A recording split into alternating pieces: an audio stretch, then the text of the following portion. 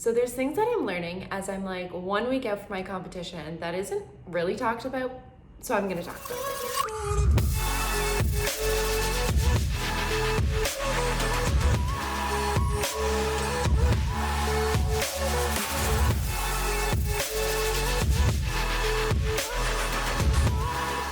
Strong friends, what's up?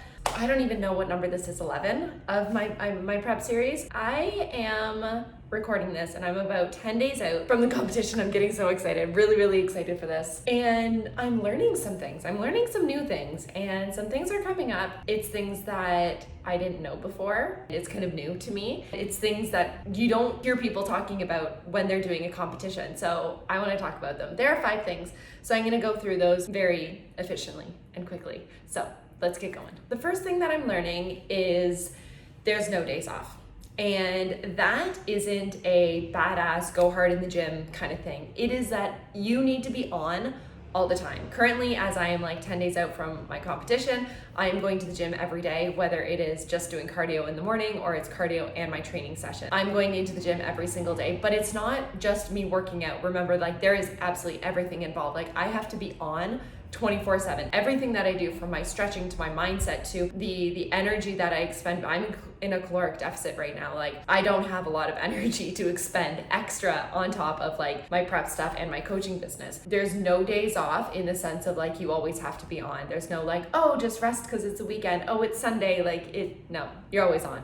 And I'm very much learning that. The second thing that I am learning that isn't very much talked about, but it's not a bad thing. None of these things are bad things. It's a very lonely sport or a very lonely activity. Like sure, you have your coach and you have like your friends that are supporting you, and my fiance is like incredibly supportive about it. There's people always asking me in the gym, like, how's your prep? Like a lot of people are very much engaged and involved, but like it's me. There is no team that comes and like does the whole show with me. Like it all comes down to me and I need to be there for myself 100% of the time. It's just, I don't know, it's just a weird feeling that I have that like it is a very lonely sport. I love it. Like I came from the powerlifting background and yeah, that is a very lonely sport as well. It's like a very individual sport. I'm really learning that this time around. The third thing that's not really talked about is skin prep. When you do a competition, you need to get a spray tan. Spray tan isn't magic and it's not just going to instantly cover everything. I very much have bikini tan lines here, but I also have shorts tan line and I have like this horrendous watch tan line as well. I'm not even gonna show you. The competition spray tan does not always cover everything. I need to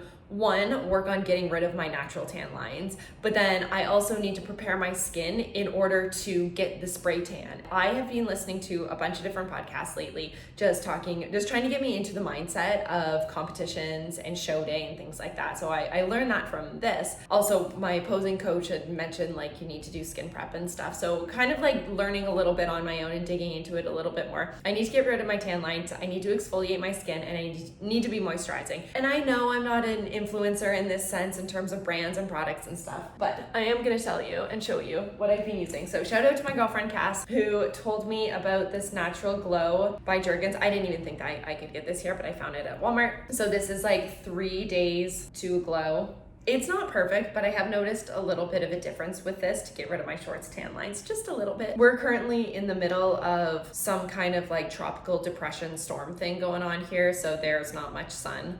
I don't even know if I'm gonna get sun before the competition, but at least I won't get any worse tan lines. I need to be exfoliating my skin. I started about 2 weeks out and I'm not like using like a super hard scrub or anything in the shower. I have one of those the gloves, the exfoliating gloves, and I'm just using like the normal lotion that I typically use. I think it has like little bits of like coffee grounds in it. So I have been using that just to exfoliate, get all the dead skin off, because you want to make sure that the spray tan picks up on everything. And if you have like dead skin spots or if like your elbows are super dry, it's gonna look a little bit weird and we don't want that on stage. I am also using a daily moisturizer. I use baby lotion because if you think about it, when people have dogs and babies or animals and babies, they give them like the best thing. There's no added crap. There's no fake fragrances and shit. Like it's just natural. So I use this. It smells like oatmeal and I really love it. So skin prep is like really important. And again, something different that I'm learning.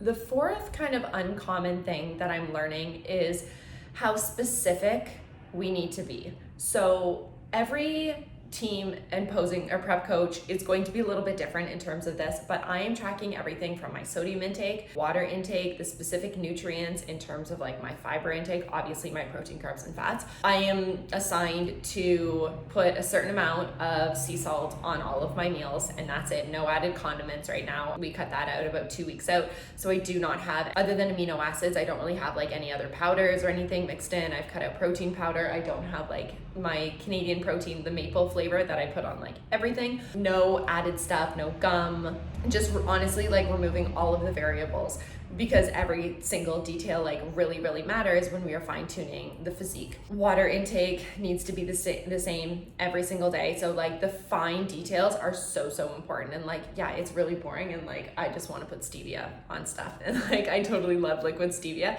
and I can't have that. And the specificity of that really matters. And also specificity when it comes to workout. So like if I'm feeling good and I'm like, oh, maybe I'll just do another extra like few reps or sets, like no, because my coach gives me a specific program. We track all of those variables and we know that if I execute this, and this, I'm going to get this. If I start doing more, coach doesn't know that. And like I'm changing the formula. Can't do that. So all the fine details really matters. This kind of goes into the last point, which is honesty. So again, like if I feel really good in the gym and I'm like, oh, I'll just do an extra set, but I don't tell my coach that, then how do we know? How do we know what's going on? And being honest, like my coach gave me specific protocols to follow in terms of like my cardio, my daily steps, my water intake, my nutrition, like everything that I do, like it needs to be very specific. And I need to be honest if I'm following that or if I'm not following that. A great example is my cardio. Up until about, I was 4 weeks out. So up until about 2.5 weeks ago, I was not doing any cardio other than my daily walking.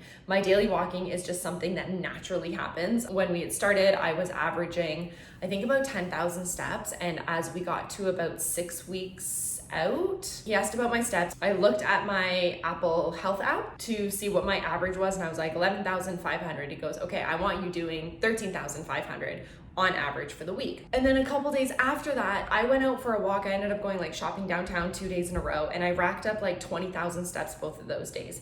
Now, me having those 2 higher days, I do still want to balance it out. So I'm hitting about the 13,500, which is me being specific, but then me being honest as well. Because if I start doing more and if I start overshooting that, and he doesn't know that, or we're changing the protocols, then how do we know what's going to be working? We're all of a sudden like jumping ahead, and maybe that's going to like have negative effects. But anyway, the point is, the last uncommon thing that isn't really talked about is how like honest you have to be. These 5 things, they aren't bad things by any means, but it's just things that aren't very much talked about. And I know some people have really been enjoying me sharing all of this information during my prep. I am not going to be getting into this much detail as I do future competitions, which at the moment nothing is planned. But I very much hope that this episode plus all the other episodes that I have shared have been very helpful. If you do enjoy this, like leave a comment or something, or like and subscribe or share it or whatever. Just let me know and share the love. That's it. These are my beautiful flowers of the week. Just want to share them because I fucking love them so much. And that's it. I'm really excited. I'm gonna do, I think, 1 or 2 more of these videos. I am gonna do, the next one is going to be my mock day. So 1 week out of the competition, I am going to do a mock show day. So basically I'm gonna do all my makeup. I'm gonna make sure my hair is done. I'm gonna present myself. I'm going to record it all. So I don't know when I'm gonna share that. I don't know if I wanna share that necessarily before my competition, because I would like to leave some suspense. So I might share that afterwards. And then I will do like an actual show day recap, which is probably gonna be hard because I'm gonna be recording it myself, because again, it is a very lonely sport. And I don't have like, in my first competition, I'd hired a photographer. I'm not hiring someone to fly to the other side of Mexico to like record all of this. So I will record what I can record. But anyway, that's it. Hasta la pasta. We'll talk later, strong friends. Bye.